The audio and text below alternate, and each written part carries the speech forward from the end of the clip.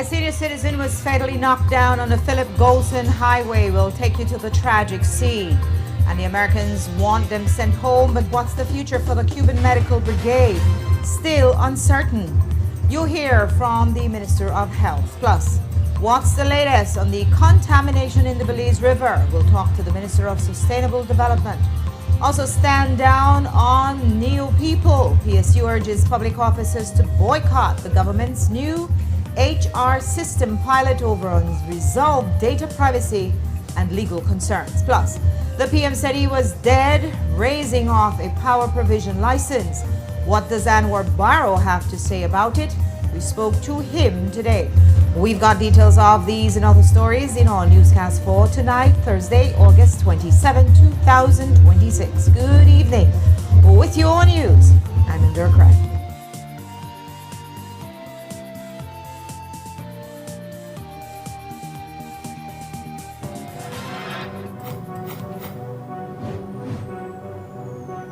Belize, you're watching the Nation Station, Channel 7.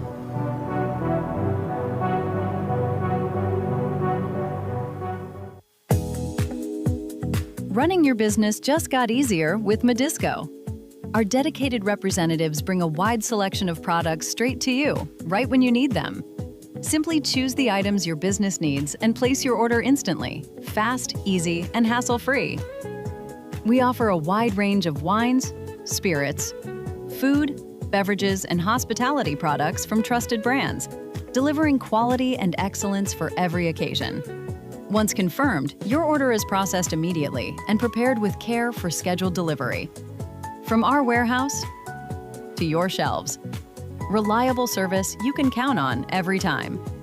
Ordering made easy, convenient online payment, efficient cashless delivery. Medisco, delivering products and payment convenience to power your business.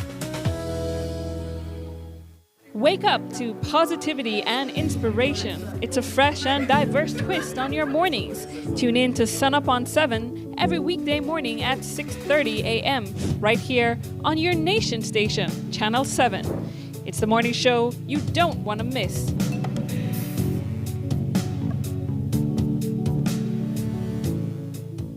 Altoona is one of the most visited Mayan city up until lately.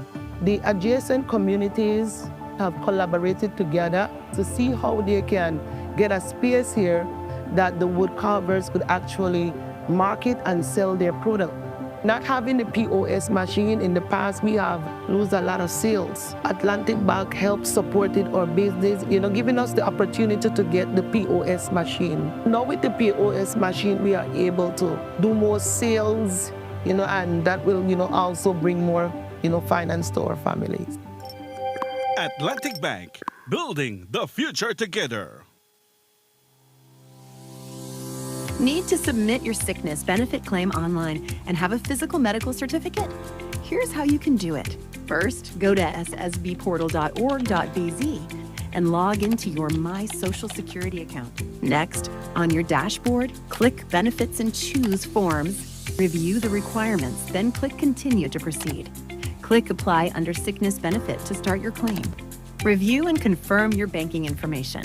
If it is not correct, select No and follow the steps to update your banking details. If your banking information is correct, select Yes. Next, if your illness is not related to an injury at work, select No and proceed to upload your medical certificate. Select your claim period and confirm your employer details. Read the declarations and click each to agree. Click Submit and you're done. A confirmation email will be sent to you. Your employer will also receive an email with your claim details and a request for your salary information. If needed, submit your sickness benefit claim online and receive real-time status updates.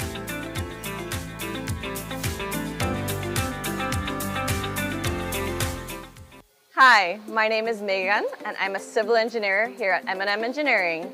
Behind every successful production process in our factory come quality materials, skilled employees, and reliable equipment. Specifically, rebar and pre-stressing cable from Benny's, which are the building blocks of our products. Not all rebar and steel are created equal. At Benny's, quality is savings. Because building with trusted materials means building stronger, safer, and longer. Through Benny's Enterprises and Banquet, M&M Engineering has access to the highest quality products and heavy-duty machinery that help us improve efficiency, maintain productivity, and provide the most reliable solutions to our clients. Best for you and best for me. At Benny's, it's the quality. Benny's, quality and saving.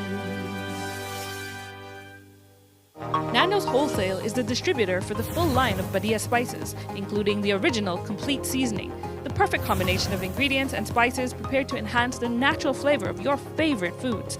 Also, cinnamon powder for all your desserts, fruits, and beverages, and as special dishes. All these are available in commercial sizes or restaurant packaging. Nando's products are available at your local retailer or contact us at 222-5000. From Corozal to Toledo, Nando's is proud to be serving Belize as its #1 wholesale distributor for over 35 years.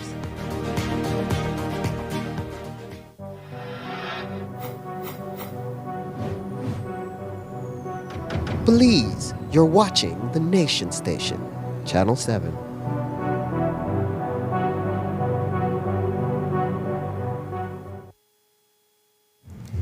Tonight, a Belize rural family's mourning after their elderly matriarch was killed in a shocking accident. It happened just before midday today on a busy stretch of highway, which many people use like a highway. Jo Marie Lanza reports. At around 11:15 this morning, 77-year-old Erlene Gillett from Beryl Boom was crossing the Philip Golson Highway in front of My Light store when she was hit by a southbound minivan. The impact flung the senior citizen onto the windshield where her glasses remained stuck, while her purse was strewn across the pavement, and a carton of milk she appeared to be carrying was next to that. The shocking scene immobilized traffic for over an hour as police made their assessments of the accident scene. Jo Marie Lanza, 7 News. The driver has been served with a notice of intended prosecution. There was also a fatal accident in the Toledo district today, but details are not yet available. With the fate of the Cuban Medical Brigade hanging very much in the balance between empire and solidarity, there is much uncertainty around the future of Cuban doctors in Belize. And yesterday, a picture of boxes from doctors labeled for Cuban addresses at the airport fueled speculation that the 82-member brigade was headed for the exits. Add to this the fact that the Minister of Health, Kevin Bernard, recently went to Honduras on an official visit looking for medical expertise, and all the elements were there to suggest that Belize is readying to bid the brigade bye-bye.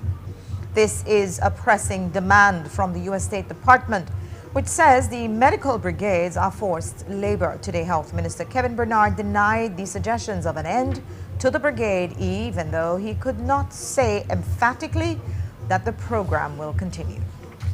I think I answered that question through a response yesterday. And it's so unfortunate to see somebody taking something out of context. The Cuban people who are here in Belize, they travel every year on vacation on different time of the year.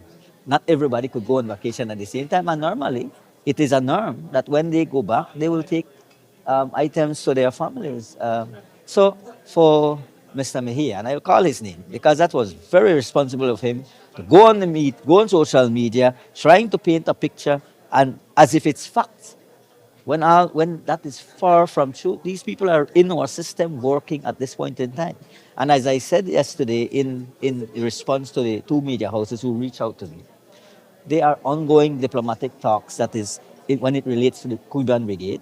These people continue to be employed and continue to work across our health system here in Belize. And we are hoping that at the end of the day, when these diplomatic talks are over, we can find an amicable solution as it relates to the Cuban Brigade. But I will continue to say that we appreciate the support that the Cuban people have been given to Belize, and there is no truth to us sending Cubans home one by one, as was insinuated in that social media post. And that's all I'll say about that. will those negotiations or discussions take? I know the Prime Minister did the last time when he went to the US have discussions on that too. Well, it's not, remember, these are fluid discussions that has to be taking place. And I know through the foreign ministry, there's a lot of discussion back and forth that we're talking about, talking to both the Cuban government in terms of how we will treat this program.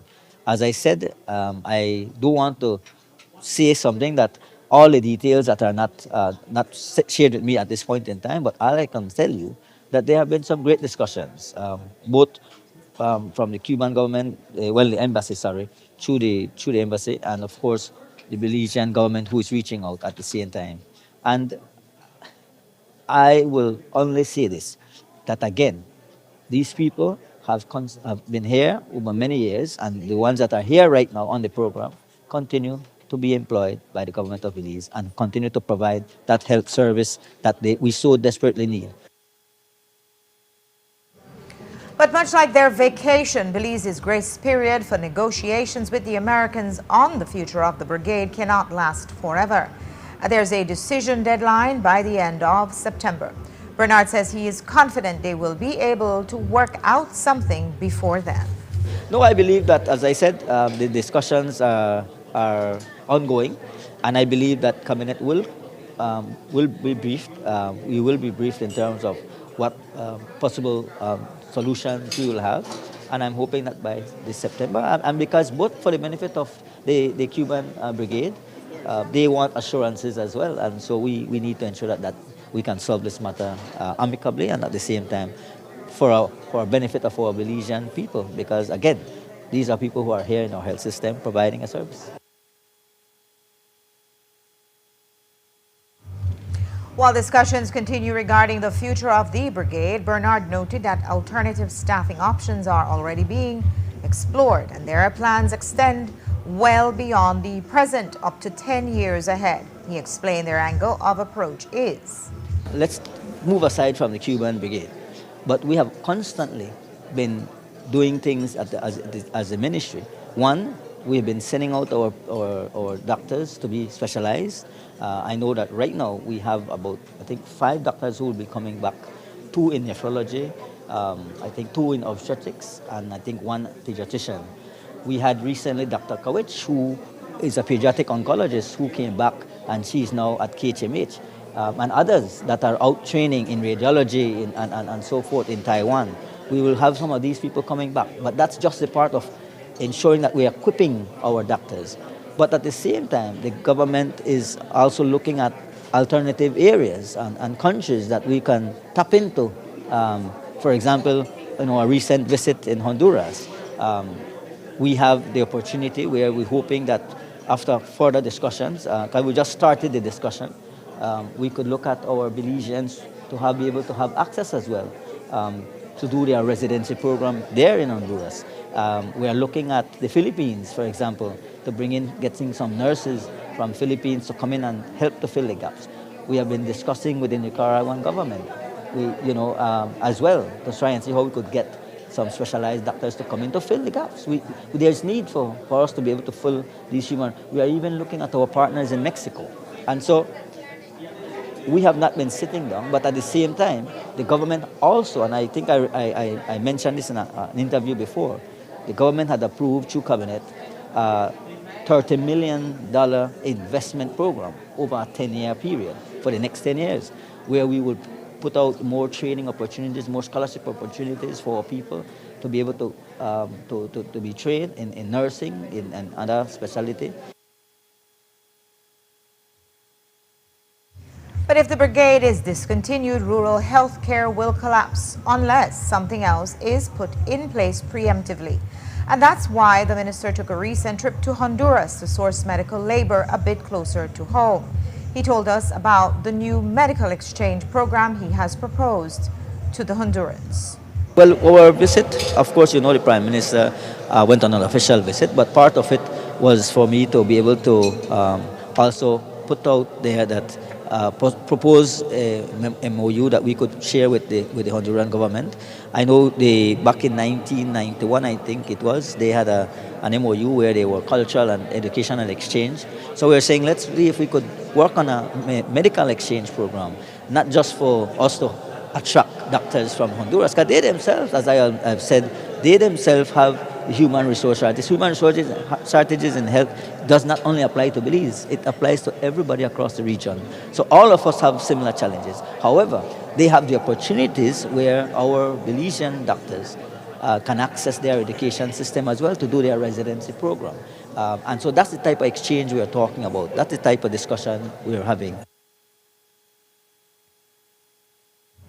Bernard says that his discussions with the Hondurans were fruitful, and he remains optimistic that they will be able to work out an MOU. So far, have they been receptive of those discussions? I mean, everywhere you go in every country, there is a major shortage of medical staff. In fact, the president that we spoke to is the Minister of Health. And so that's his responsibility. And he was very receptive, very supportive, and was eager to say, let's get our two countries together to work on an MOU so that we could have that exchange worked out. So I'm very optimistic. It was a wonderful meeting, I can tell you that. But I'm not going to get into all the other details. I'm just speaking on the health side that we had, and the two Secretary of State, that Secretary of Health that were there, which are his Vice Ministers of Health, who I have a good relation with because we constantly meet in terms of the Comisca, as I am the current pro temp chair for Comisca as well, and they sit in that body. And so we constantly had discussions with them. But again, as I said, they have been very supportive. When it comes to the Philippines, we have been very supportive. I think they're just working on some logistical issues for them to be able to come. Yeah, we should be getting some Philippine nurses. And then we're discussing with Nicaragua as well in terms of how we could attract some of these doctors who are specialized to come in and support our health system. We'll take a break now. When we come back, 1 year later, the Budna file, it's struck at the police department, but why haven't they sent it back to the DPP? We asked the Compol today. And later on, the PM suggesting he's been dead raising off a power provision license. What does Anwar Barra have to say about that? We spoke to him today. Don't go away.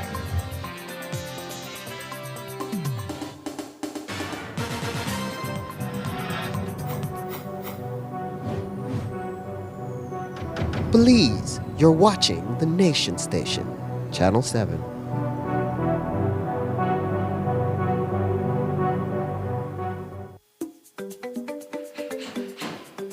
As a sheetrock installer for decor construction, I know the job is only as good as the materials I use. Using inferior products can lead to more waste, weak core integrity, sagging, and more time fixing the problem instead of finishing the job right. And that's why I trust USG Drywall, Ply-Sem, and Best Screws from Venice, because quality is savings. Quality is savings at Benny's. Best for you and best for me. At Benny's, it's the quality. Benny's, quality and savings.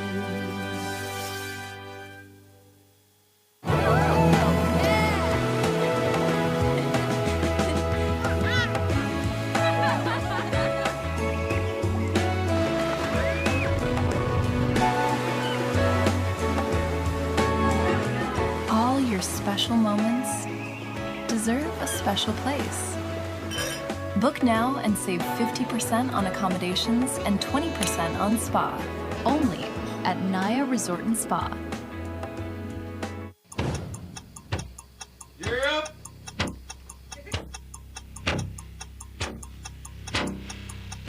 These charter mints aren't We're navigating along the coastline. This morning, the 2023 Good evening. Good evening. I'm Shiri Kelsel, and here's what's ahead for you on 7 News tonight. We've got details of these and other stories in our newscast for tonight. Good evening. With your news, I'm Indra Craig. Belize, you're watching the Nation Station, Channel 7.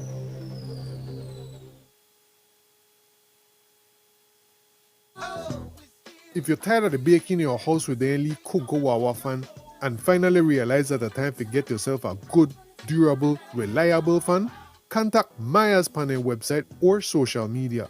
Myers going to hook you up with one of their 18-inch heavy-duty tripod fan where might could even change your life as it keep you cool in this hot Belizean weather. Yes man, because their 18-inch heavy-duty tripod fan from Myers not just could blow your lip back way, they might could blow away your mind if you say blow away the toxic konomono out of your life and the bad vibes out of your house. Order your 18-inch heavy-duty tripod fan from Myers website or on their social media, and Myers going to ship out your fan anywhere countrywide ASAP. Not believe me? Visit myerselectronics.bz right now to order your fan today.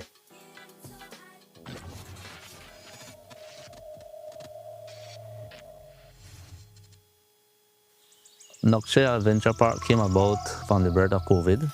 Everything was on pause for tourism. So we decided, let's do something different. We got 10 bikes, 10 ATVs, and we were just doing ATV tours. Shortly after, we were approached by the cruise lines. We agreed to work with them, and from them, it just started growing. We set up the chocolate tour first, and then from there, we went into the culinary experience with the different Mayan cultures. We have the gift shop, the cooking class, the shaman, and the healing, and it just all came together. When you reach a certain point, you need investors, you need partners to come into your business. Atlantic Bank just make it easy. Even my 7-year-old could do it. Atlantic Bank, building the future together. Wake up to positivity and inspiration. It's a fresh and diverse twist on your mornings. Tune in to Sun Up on 7 every weekday morning at 6:30 a.m. right here on your nation station, Channel 7. It's the morning show you don't want to miss.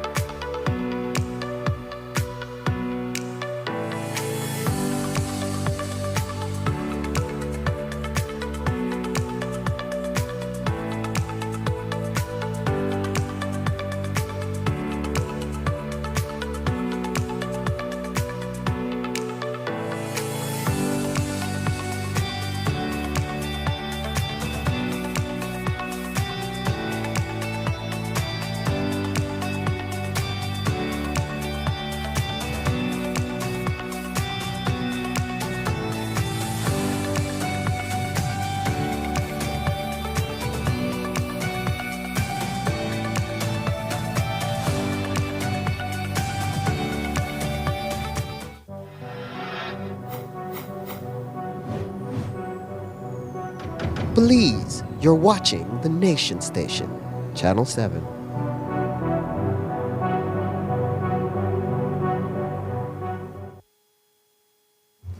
Last week, Saturday, marked 1 year since Joseph Budna was abducted. It happened in plain view of both police officers and security cameras, and still no one has been charged. Well, today we asked the Compo why that is. He says the Budna file has made its way back to the investigator to get more information. The file was received by the investigators from the Director of Public Prosecution Office.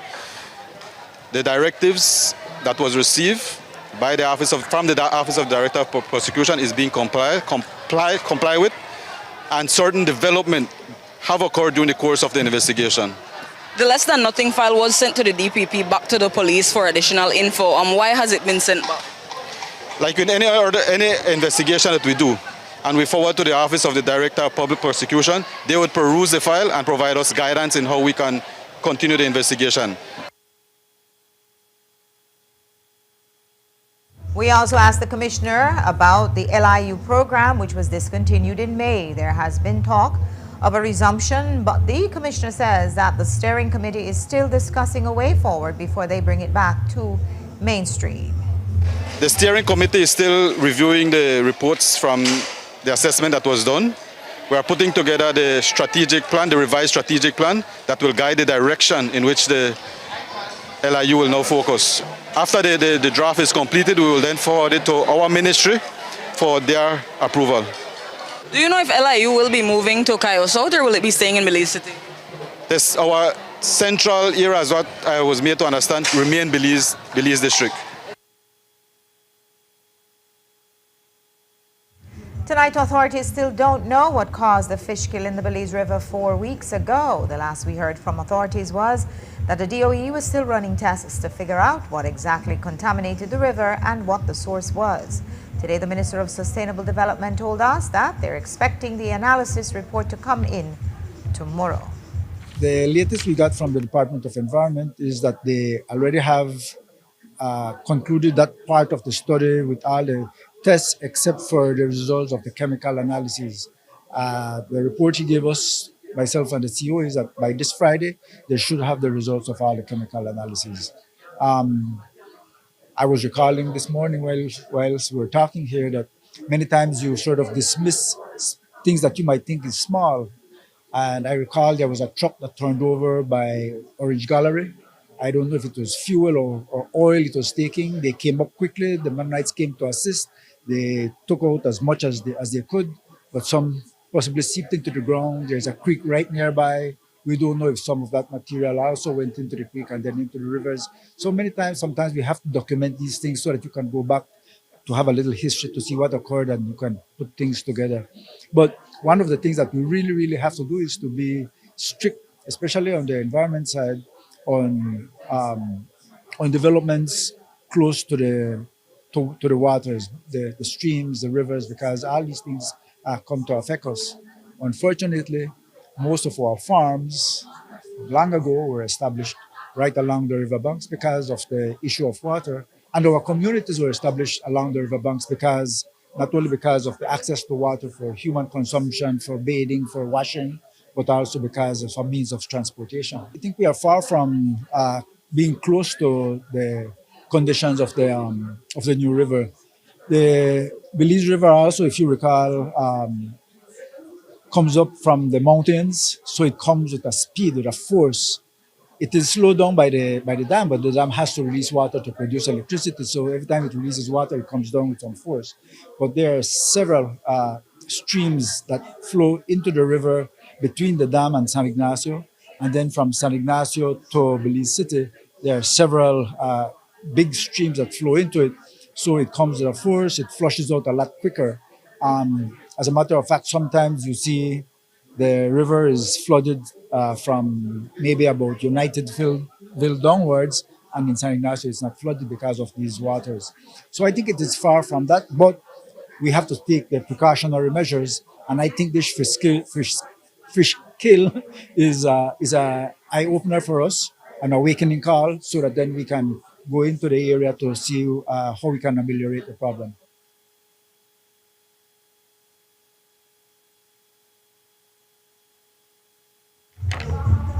So, did runoff from Santander sugar farms cause the contamination? We took a trip to their discharge canals today and we'll have that in tomorrow's news.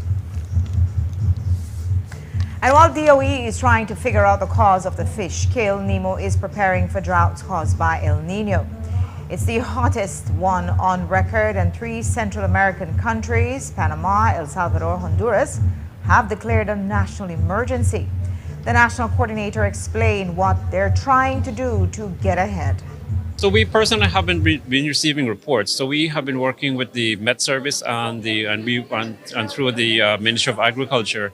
What we do know is that the decreased rain can have effects that will require a multi-agency approach in the future. So we know that there's going to be less rainfall as an increased heat. So we are already making plans for what potential hazards that we may see developing. That could include fires, damages to crops, and damage to people's livelihood. So we're preparing for those things already with our partner ministries. We're doing what we can. Can we ever be truly prepared? I don't think so. I don't think any country can ever be truly prepared. The hazards are changing. The effects are more severe. What we used to know in the past is changing. So the best we can do is try to keep up with the science. Try to reach out to communities to ensure that communities remain prepared all the time for any hazard. And just because, for example, even though we are seeing the potential that we may have decreased rainfall or decreased likelihood of storms hitting us this year. The point is we need to stay prepared because we do not know. So it continues. We have to keep on preparing, and as we can see across the world, things are changing. It's just more urgent for us to ensure that we, as a country, as a people, pay attention and make those preparations all the time. Arch Timbers, it's a politically connected company that received a 30-year long-term forest license from the Forestry Department. One of the partners in the company is the Minister of Sustainable Development's son, and that same minister signed the long-term license. Now, we've received reports and drone images purportedly showing only small trees and in an area where Arch Timbers had been recently working. The images appear to depict that seed trees have been cut. A formal query about this has been made, so we asked Minister Habet if he had heard these reports about his son's company. We've received drone footage which shows that the area that Arch Timbers has been working in, it shows that only small trees remain and also seed trees have been cut. Your comment on this? I'm not aware of it. You not receive any reports that they're cutting seed trees or that they're not being sustainable in that area? No, not myself. I don't know if the forest department has. They haven't reported anything to me as yet. We spoke to Habet at the MOU signing between the Ministry of Sustainable Development and the Ministry of Disaster Risk Management for the Multi-Hazard Risk Management Capacity Building Program. It's a continuation of a previous program designed to provide early warnings in the event of flooding. Now, it has been expanded to include multiple disasters. And after the catastrophic flash flood event in Nepal yesterday, a system like this is needed more than ever. Courtney Menzies was at the ceremony today and has this story. Since 2019, Belize and Taiwan have worked together to strengthen the early warning systems for disasters in Belize. But back then, it was mainly a flood early warning system. Then, in February, they expanded these systems with the Belize Multi-Hazard Risk Management Capacity Building Project. And today, the Ministry of Sustainable Development and Climate Change and the Ministry of Disaster Risk Management signed an MOU to make it a multi-agency project. Minister Orlando Habet told us more. What has happened is that we have had a prior project through support from the Taiwanese technical mission and the embassy for early warning systems. We have seen that it has worked, but because of the work that we do and the work that the ministry under Minister Henry Charles does, we see that there are a lot of similarities. They are actually cross-cutting issues. And so we decided for us to be able to work together, we had to come up with a project which is an approach to multi-hazard risk management. So we're not only looking at one hazard at a time, but looking at the potential of all these possible hazards that at some time can affect Belize, and we have to be better prepared. Communities have already been identified where the work will take place. Also, a task force between the two ministries has been formed, and they will work along with the project coordinator, which is from the technical mission of Taiwan, to look at those communities, identify the hazards, and start working towards a plan for the multi-hazard risk management. He added that their focus as it relates to disasters is strengthening the response to wildfires. For us, one of the most important things that we are looking at is fire management, wildfire management. It is difficult for us, very expensive, if a fire, for example, bursts out in the Columbia Reserve, in the Chiquibul Forest, we can't reach it. We don't have the funding to pay helicopters because one won't do it to be able to take water. So the prevention is what is important. But because of the El Nino, because of climate change, it is really difficult to do. We recall 3-4 years ago after Hurricane Lisa that when it passed through the Cayo district, a lot of fuel was put down on the ground because all these branches from the broadleaf forest broke, went to the ground, and when the dry season came, that was fuel for fire. And exactly that occurred the following year. So we have to be prepared. Project manager Lori Lynn outlined the 3 main pillars driving the initiative. The first one component is about integrate the different agency. We need to have a more deeper coordination, and the second component is about the monitoring station, monitoring the wildfire, forest wildfire. And the third component is about the community resilience. So we will to support the communities to help them to have the training, have the drills, and we will do the potential risk map to do the early warning system to help this community can get the when the risk is coming, we can give some warning. And the National Emergency Coordinator at NEMO explained why it was important that this project had the collaboration of both ministries. This collaboration is important because we combine issues of early warning through the strengthening the Met service and the hydrology service in order to be able to give us enough information to let people know of something happening.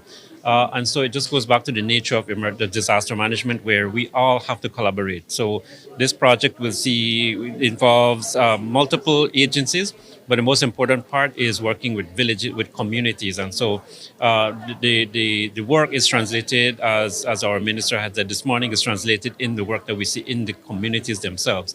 So the beneficiaries of all of this, the information, all of the science that is going to be strengthened, will be the villages and the cities and the towns that will be on the list. It continues the work that started in the Belize River Valley, particularly up in the San Ignacio area. And so we're basically working our way down the river and trying to reach those communities that are in that area. But it's also targeting new communities that we haven't had the chance to work with as yet. So it's a continuation of the work. Courtney Menzies, 7 News.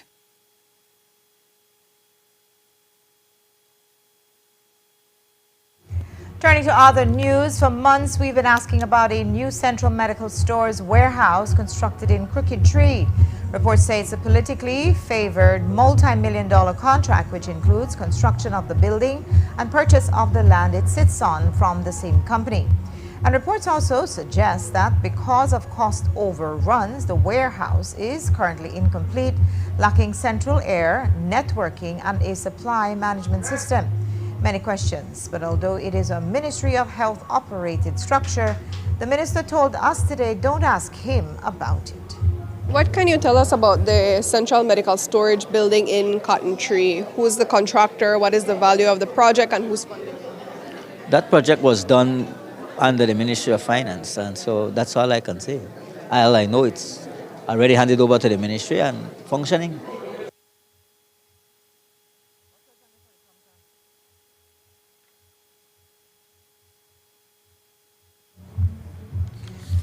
Today, the PSU issued a sharp directive urging public officers not to participate in the newly launched Leo People pilot program, characterizing the rollout as a unilateral move by the Ministry of Public Service and the Briceño administration. The union raised immediate alarms over data privacy, revealing that public officers' private email addresses were handed over to a third-party vendor without employee consent. The PSU is instructing members not to activate accounts, log in, or submit any personal or biometric data until critical safeguards are put in place.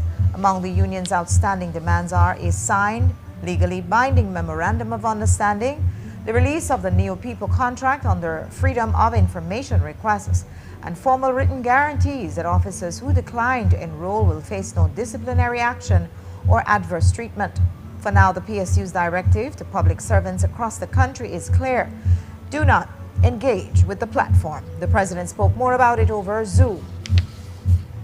We would have said to them as well that if the John Briceño administration has absolutely not this unilateral decision to proceed with a pilot without even notifying, the minister didn't even have the decency when I communicated with him yesterday on the BTSD matter to say this is what we were doing. The CEO who I attempted to call earlier this week didn't have the decency to return my call or to at least reach out to say this is what we're doing. These people believe public service is theirs and that public officers are their subjects because they do not consult in accordance with the law. And they believe that they can dictate what occurs with public officers who are citizens of this country, who have constitutional rights that we will defend. And so, for those who are sympathetic to politics and political parties and are public officers, they may comply with their pilot projects. But for those who have decency, common sense, and who value their constitutional rights, I pray and hope that they will not participate in this type of dictatorial practice, which is becoming the norm under the John Briceño administration, who believes they can do what they want with public finance and do what they want with public officers. It's unacceptable. It must be called out and it must be resisted.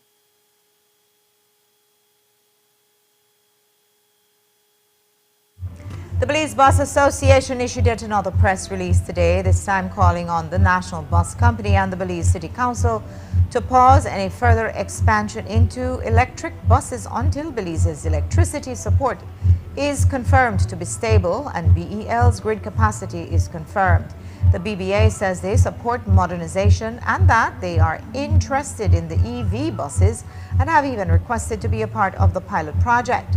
That request was denied, as was their request for the data collected from the project. Now, they're saying that before GOB transitions to electric buses, they must rectify its unstable energy situation. They end the release by saying that GOB does not have to rush into EV transportation since it is not, quote, a national priority at this time. A late evening release from the Ministry of Transportation says that the charging stations for the electric buses being procured for the National Bus Company, NBC, will be powered primarily by solar energy, with Belize Electricity Limited, BEL, serving as a secondary power source. The Ministry of Health and Wellness awarded certificates of completion to 6 new lactation counselors this morning. They spent the last 6 months learning more about breastfeeding and how they can better support and guide nursing mothers. Jo Marie Lanza was at the awards ceremony this morning, and here's her report. In 2024, the Ministry of Health and Wellness launched its National Breastfeeding Policy, aimed at expanding support systems for breastfeeding mothers and infants. The campaign aims to boost breastfeeding rates among new mothers, reinforcing the breast is best principle to ensure infants receive optimal early nutrition. But often these new and young mothers encounter difficulties when learning how to nurse their little one. To provide these women with that guidance, the Ministry of Health and Wellness is now introducing lactation counselors across the region to provide support for nursing mothers. PAHO's Dr. Karen Lewis-Bell explained how they have assisted in making this possible for the ministry. The evidence has been very clear that breastfeeding is the optimal nutrition for newborns.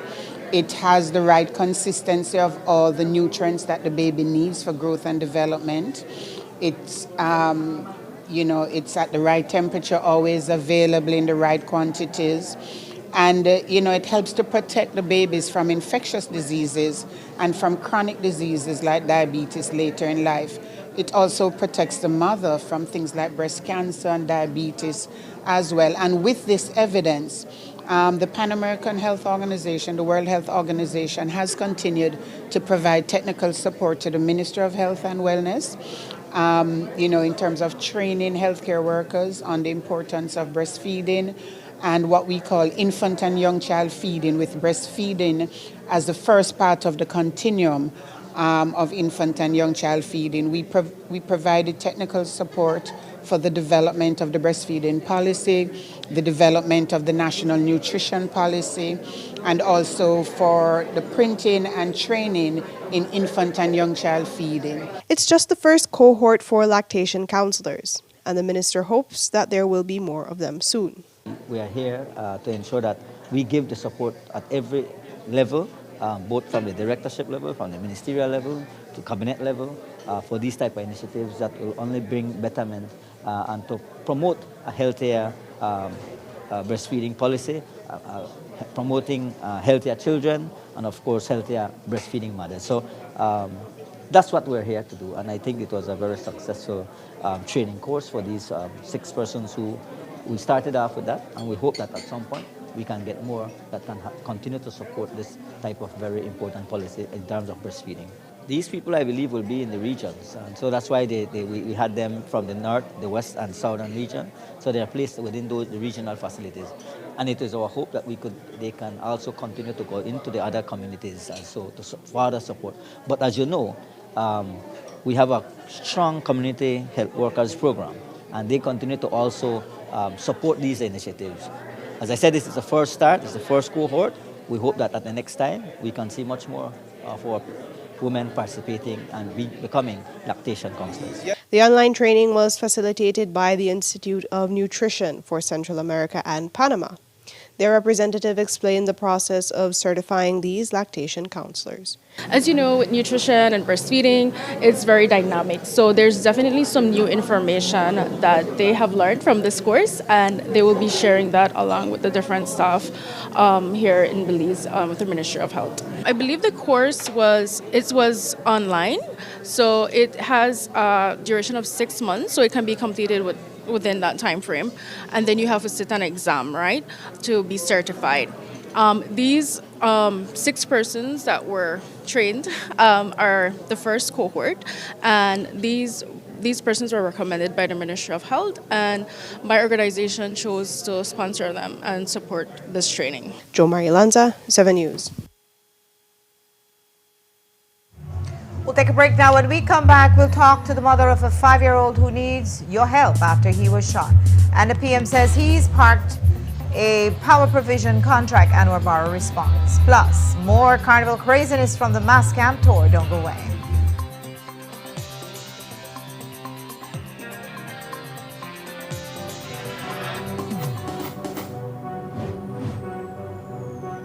Belize, you're watching the Nation Station, Channel 7.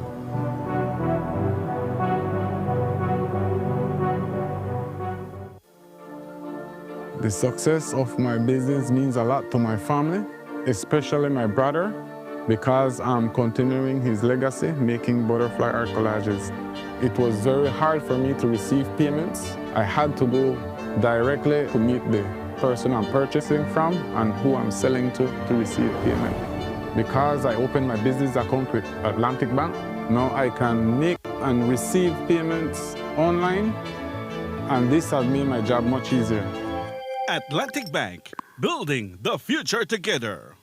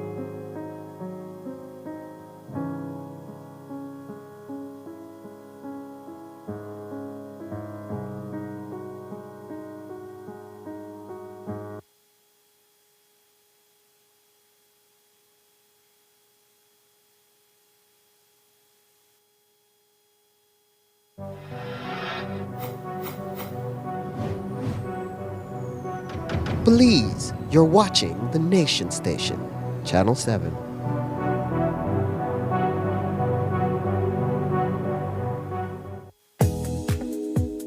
Running your business just got easier with Medisco. Our dedicated representatives bring a wide selection of products straight to you, right when you need them. Simply choose the items your business needs and place your order instantly, fast, easy, and hassle-free. We offer a wide range of wines, spirits, food, beverages, and hospitality products from trusted brands, delivering quality and excellence for every occasion. Once confirmed, your order is processed immediately and prepared with care for scheduled delivery. From our warehouse to your shelves, reliable service you can count on every time. Ordering made easy, convenient online payment, efficient cashless delivery. Medisco, delivering products and payment convenience to power your business.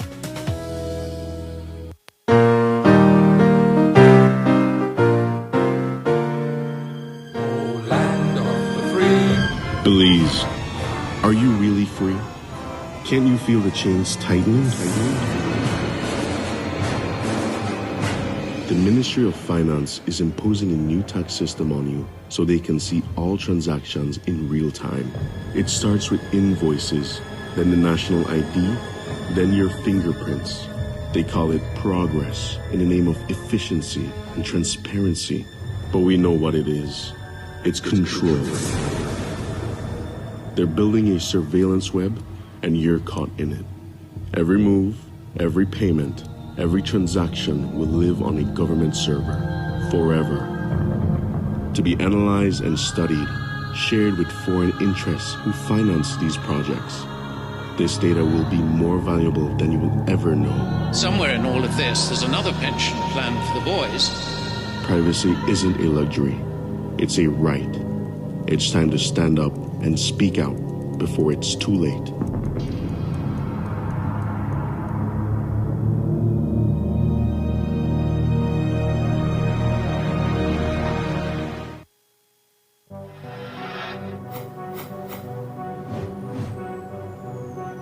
Belize, you're watching the Nation Station, Channel 7.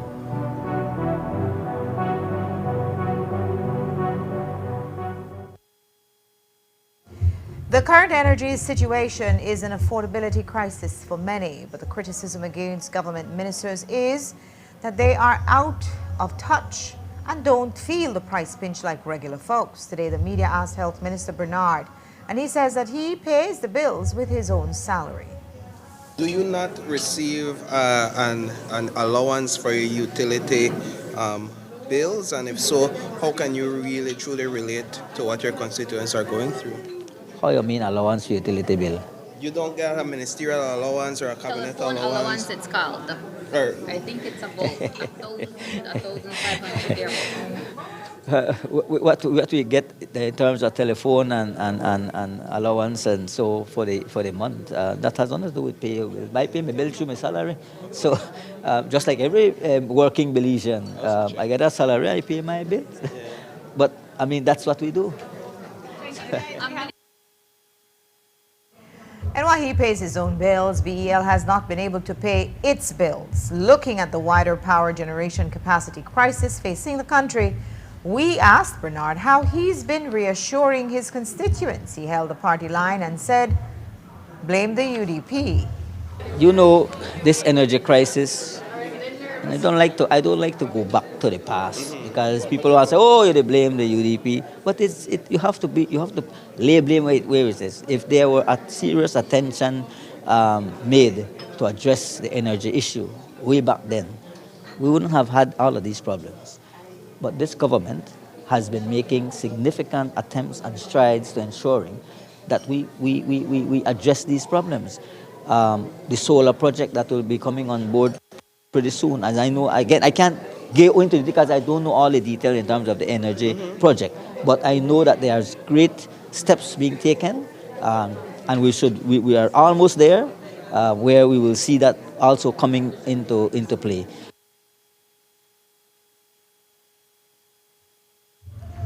And one person being criticized specifically is Anwar Barrow, son of the former PM.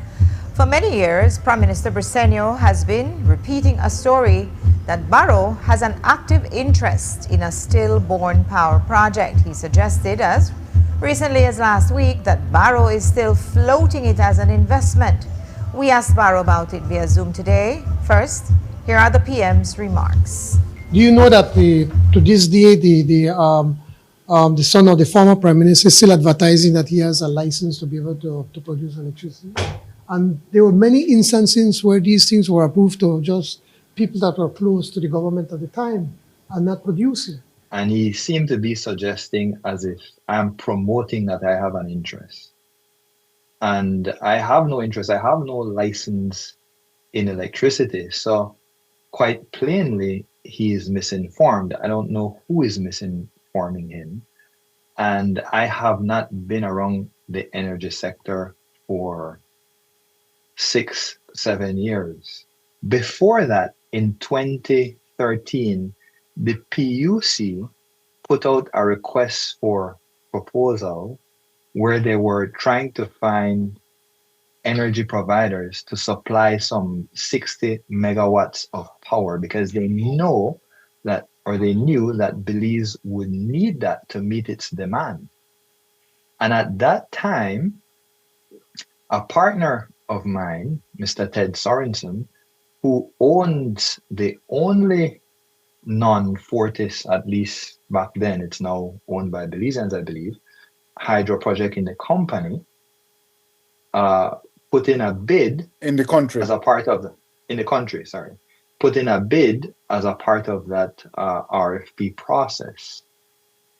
However, that company that you refer to, Southern Renewable Energy Limited, was one of several successful bidders. What that success enabled SREL and the other companies to do was to then go to the negotiating table with BL and try to negotiate a power purchase agreement, which is really the kind of where the rubber meets the road.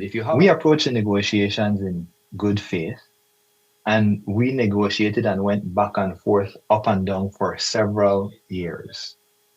We were never able to get a power purchase agreement because it seems like BL never really had the appetite to sign the power purchase agreement, and the PUC never really had the appetite to see it through and make sure that it was signed. So all the problems that we're having today lay squarely on the doorsteps of those two entities. They saw this coming, they knew it was coming, and now it is here. The chickens have come home to roost, and it is totally preventable. You just simply couldn't get that power purchase agreement signed with BL. And it has nothing to do with me personally or my group personally. None of the successful bidders could get one. None of them. I think, and that was from 2013, so you're talking almost 15 years ago. Or whatever that is, right? But was there sufficient seriousness amongst the investors? Was there that sufficient seriousness? I can't speak for other people, but I could tell you anything that I'm involved with is very serious. I've never tried to dead raise in my life, and I've never put my name down on something that I can't back up. That's certified 100%. No question about it. And I'm telling you that between the PUC and BL and BL's board and their management, these people put us as a country in this position. It lies squarely on their doorstep, and I will mince no words about that. They did not do their jobs properly. It's as simple as that. On both parts, they knew this was coming. We also asked Barrow specifically if he used his father's influence when he was PM to get into the power provision conversation. But the question is, did you use an insider advantage for Southern Renewable Energy to get an approved request to provide power? Absolutely not. My father or anybody else had nothing to do with that bid. It was completely independent. And it was a transparent process run by the PUC and the Clinton Foundation and a bunch of international people. And it wasn't one bidder that was awarded, it was multiple bidders out of a group. And we won fairly and squarely. But who cares? It amounts to nothing, really, because the real gravitas is having the power purchase agreement. That was almost only ceremonial.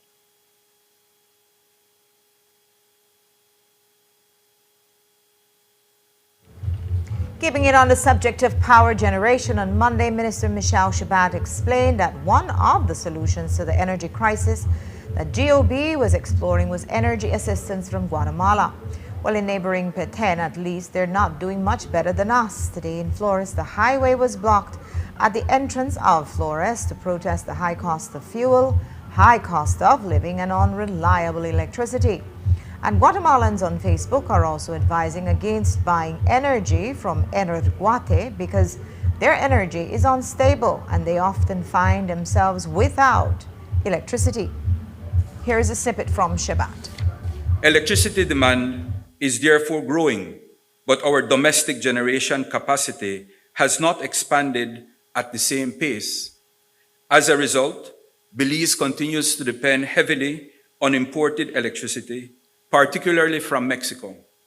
That interconnection remains extremely important to our electricity system, but excessive dependence on any single external source exposes Belize to international price volatility, supply constraints, and circumstances beyond our control. The government therefore recognizes that energy security requires us to produce more of the electricity we consume here at home. That transition cannot happen overnight. Government has been pursuing a diversified strategy that includes new solar generation, battery energy storage, strengthening BL's investment capacity, expanding access through microgrids and standalone systems, improving the national transmission and distribution network, and exploring greater regional interconnection, including opportunities with Guatemala. Last night, the pre-carnival festivities continued with Mass Camp Night 3 featuring Drum Street Posse, Soca Massive, Sunshine Masqueraders Senior Band, and Mother Nature Creation. We take a look at the callers and creativity that will be taking the road. So night three of Mass Camp coverage here on Channel 7 for Carnival Road March 2026. Now, we're here with Drum Street Posse, a band that needs no introduction.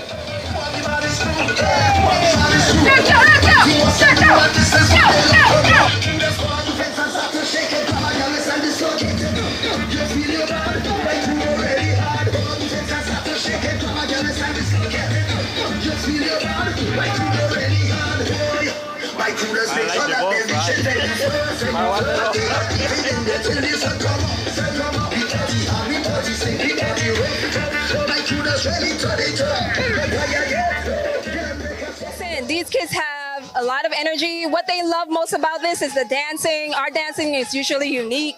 We don't do the traditional carnival steps. We like to tell stories with our dancing, right? So you'll see that on the stage. So explain the theme and the different sections behind it. So our theme is Lost World, Land of the Mysterious Creatures. We have 3 sections dedicated for Carnival. We have Mystique, which is focused on the dragonflies, or needle case, I believe we call it, needle case, right? So we have that. And then, it's very effervescent colors, very transparent, lots of blimps and glams. And then the second portion is our antidote. Those are flora. It's our flower section. It's really depicted by a red bell and a sapphire flower. And the last section, because we're a little bit dangerous, we are Jump Street Posse after all, right? So the last section is called Stingers. It's spiders, it's anacondas, it's snakes, right? So yeah. While we're wrapping up here, we're going to meet you over at Soca Massive. That will be our second band for tonight.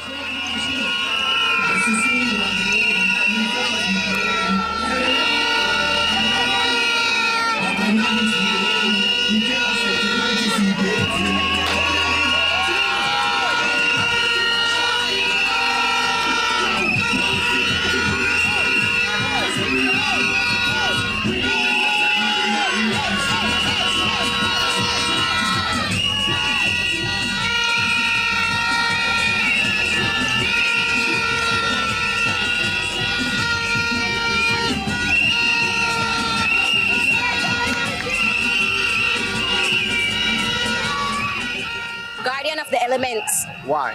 Because in a child, like we all may know, everybody know that we have 4 elements in this life. So it's earth, water, air, and fire.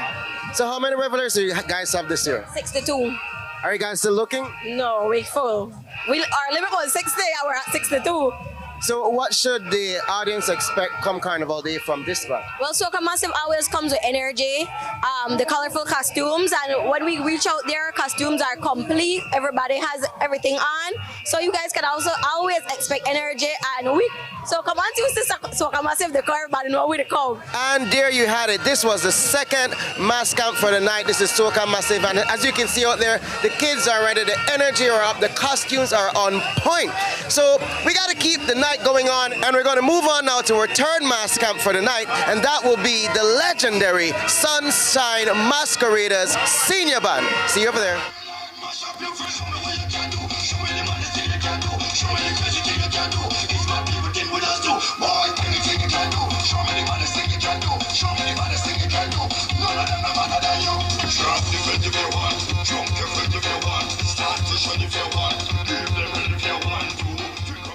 This year, our team is Greek god and goddesses, and we throw that it's just something that we wanted to do as a senior band for the first, well, it's not the first time for us, this is our 4th time, but we're just back again in it. How many revelers do you have and how many sections do you have this year? We have 30 revelers. We're not a competing band, so we don't need that additional numbers. And we have 2 sections. Queen Aphrodite, she's the goddess of love and beauty. And then we have Zeus, which is the goddess of thunder and sky. That's 2 different sections. All right, and there you had it. We just spoke with the band leader for Sunshine Masqueraders, and like she said, she doesn't just have the senior band, she also have the junior section to this band as well. Hats off to you, mad energy, I can't even comprehend. But this is just the 3rd band for tonight. We have the 4th and final band who started back in the day with a small number of people just sewing, not hand crocheting costumes, and now they are unmatched, or one of the most unmatched senior bands that people look so much forward to coming in every single Road March. I'm talking about Mother Nature Creation. See you there.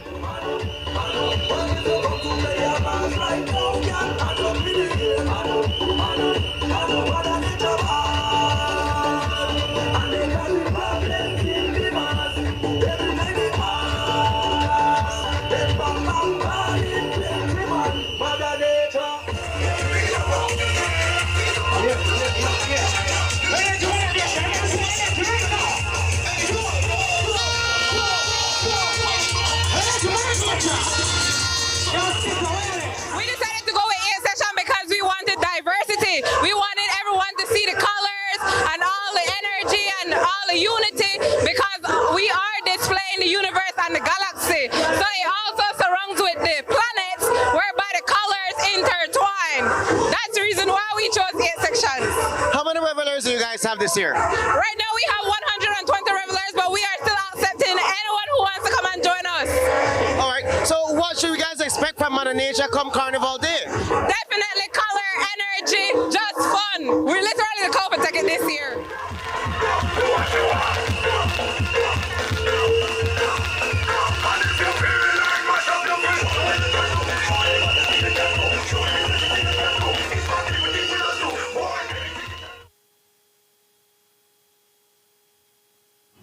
Night 4 wraps tonight with senior bands Soca Mocha and Titans. 5-year-old Cairo Rosales is in the hospital in need of surgery after he was shot in the leg a few days ago. According to his mother, they were walking home one evening when the bullet came out of nowhere. Now they need financial assistance to help with little Cairo's recovery. She spoke to us off camera. We were walking home from his jiu-jitsu classes, and it's a regular walk for us every time we take that route. We always walk home. I always walk with my 2 kids. And we were just walking home, and I heard like firecrackers. We both jumped up like really frightened. And when I looked back, I just saw like smoke. So I thought it was firecrackers. I didn't think anything else until I told my son, like, let's go, it's getting late. we turned around and I grabbed his hand and he said, "My leg." But I thought he was just frightened. So I said, "Let's go, come on." And then he started to cry like in pain. And he said, "I can't move my leg." And I got frightened because I'm like, he's never, cried like this in such pain before. So I sat him down and he just cried. And I looked at his ankle and I saw blood dripping. And I was wondering, like, why is there blood? Like, nothing happened. It's crazy because we don't even know what gunshots sound like to think that, to jump to that conclusion that something happened to him.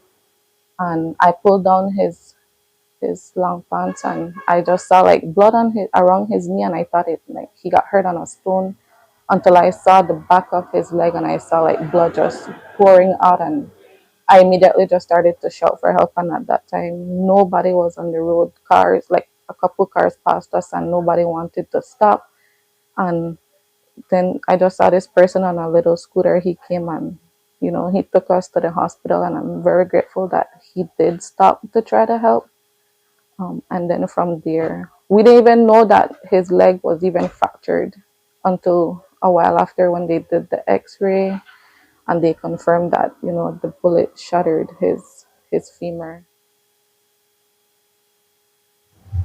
It is estimated they need about $8,000. They can be reached at 627-8588. That's 627-8588 or 672-0602. 672-0602. That's all we have for you for our newscast tonight. Thanks for watching. With your news, I'm Indira Craig. Remember, you can find a full transcript of the news at 7newsbelize.com and see the streaming video on our Facebook page. Have a pleasant evening. Join Jo Marie Lanza back here tomorrow, and I'll be seeing you on Monday. So until then, have a great night.